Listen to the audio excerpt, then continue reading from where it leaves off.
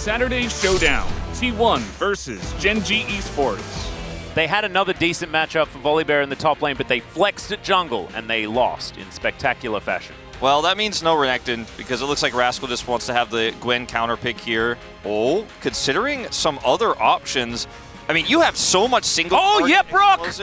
Explosive damage here with this Malphite onto Envy. DRX have a free ride, but he's going to have to get into position. Let's jump into the Rift here for game number 1. Yep. And Envy and Palu might be able to get a little bit of damage done with that first Glitter Lance here. Really like this position. So wait and see, you know. And it's so different now how it works, right? You know, all of these champions are just completely evolved. As Envy dashes forward, Teddy taking a lot of damage. The level 2 that we were talking about that they were going for was collected, and therefore they have all of that extra power. Barrier comes out, you know, put that trading through. Now you're going to be able to get... Oh, Gideon? That's the flash in from Gideon. Gets himself his shield so he can tank up that turret, but that next shot, that was a dangerous one. You press Q, you slow Zeri, you press R on top of Zeri, then you just press your other buttons and you just right-click her and you hope that the team kills her. Yeah, yeah. And that's what he's going to be doing. Now, he may be set up by a Vi ultimate to guarantee that he can't miss when he does go for his ult. I mean, almost nothing. I don't think Rascal is too concerned about it. Yep. Got some additional vision as well that they were going to commit to that. Slowed down with Yehu. Yeah, Shockwave going to come through there. It's Seismic Shove, doesn't really mean too much, and I think Yehu is just dead. There we go. First blood going over to Karis on the Orianna. We heard the space talking about. So they're making use of it as Envy is going to tank a full culling. And he doesn't actually use his barrier. That is, in fact, the shield from Lulu that was employed there. So that level 6 that we were talking about is still going to be somewhat valuable as they do just trade ult for ult.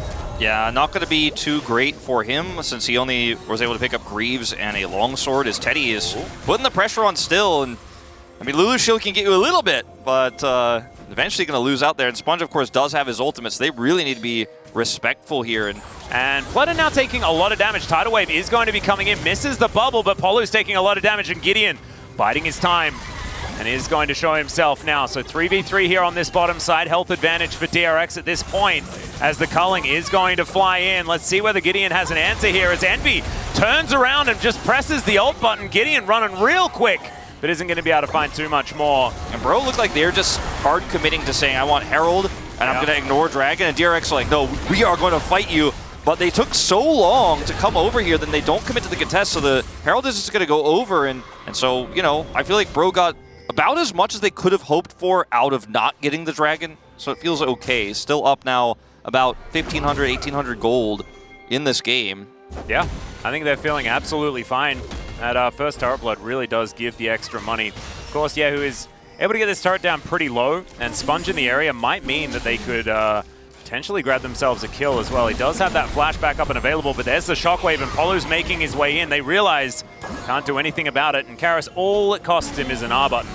He's a dangerous prospect as Teddy comes on over. He's got that wave to catch as well. Yeah, he's got a bounty. Oh dear, okay, really nice Vault Breaker here from Sponge as Polu just speeds himself up. Cease and desist though underneath this turret, and Teddy just says goodnight. Sponge just knew exactly what he was capable of there, especially with Illusion in his back pocket. Really nicely done to even up the scoreboard. Just try and get yourself into a position to maybe fight for a Dragon. As speaking of which, Gideon decides that he wants to go aggressive. There is a polymorph on him though, so the bear isn't able to follow through on too much more. Still, just gets so much health back being a Volibear. Yeah, and they're fishing right now. That's what I'm sort of getting, the vibe I'm sort of getting. We haven't even seen like the odd, like, I'm caught in a Herald pit and I have to ult away. As Gideon gonna get engaged on here momentarily. Turrets are slightly... Oh dear, Gideon might need to ult out of this one, or he might just die, yeah. He's going to be able to ult, does manage to get a lot of health back from the Wild Growth as well, and he's going to have to go home, and that should mean Soul Point. I mean, even if he does flash there, you probably can't contest this. They're going to commit Weavers. Yeah, Polu not able to get out of here, does have to flash as Karis goes golden as well, breaks his arm guard, but he might be all right with it. Yeah, Rascal's going to get on in, and that means that's a very dead Orianna. Yehu taking a fair bit of damage, and Rascal, he's very tanky. I don't think they're going to kill him, as Morgan might be able to pull him back around, but I don't think so. Envy is taking an into turret, so I guess that's a good thing here for Bro. But DRX really starting to put the screws in. Able to grab that kill into Karis, certainly good. Oh, yeah. Oh dear, there's the Weavers. Oh, he doesn't get the interruption! Oh, just gets knocked back. So that is going to be Yehu keeping himself alive. Seismic Shove's also good, but the Shockwave is a little bit better. Still, the inner turret is going to fall down. You are basically immortal nowadays. Kind of cool. Seismic Shove going to land. He walked back into it. Oh, no. Down to 50% almost is the Volley Bear. His health bar important if they want to start off these fights. They want Rascal, who we need to be looking for initiation, for finding these angles. Yeah, they want that CC chain onto Envy if they can, but they will burst down a frontliner if they can find them. Morgan. Oh, they cannot stack up, though, because you can see the Rock in great position right now. Throws the wagon wheel, siphons that movement speed. Morgan now wanting to find this angle is going to be able to walk over to the side, but he's seen on vision. The Aqua Prism's fantastic. And now Envy has to flash to get out of the Seismic Shove, and there it is. Rascal was just waiting, and the Shockwave isn't enough to keep him alive. DRX. That is a gorgeous fight. It's like they've been waiting for that exact moment all game long. And Gideon, I don't think he's going to be able to survive that. Takes a rock to the back of the head, and that is going to be almost the ace because Polo, he almost defected. Yeah. And now all he sees is opportunities to throw discs of rock and to slam the ground, as Weaverswell does come on through here. Morgan taking a fair bit of damage on that front line as Yehu goes golden. The culling not exactly doing too much, but look at the Rock. He's able to dive on in. He's taking a bit of damage. He's going to have to flash, but I don't think he's dead. Yeah, Morgan is going to have to try and tank Teddy, and that ain't going to work, as now Sponge is going to chase Gideon to the other side of the map, and the base is going to be broken. DRX, they just came alive. They found their window. They got that Mountain Soul that we were talking about all game is so incredibly powerful. Yeah, and then they could just run on top of people through the turret because they're just so tanky. They just don't care. He went down relatively low, but look at all these shields that he gets back again. Yeah. He has 557 armor.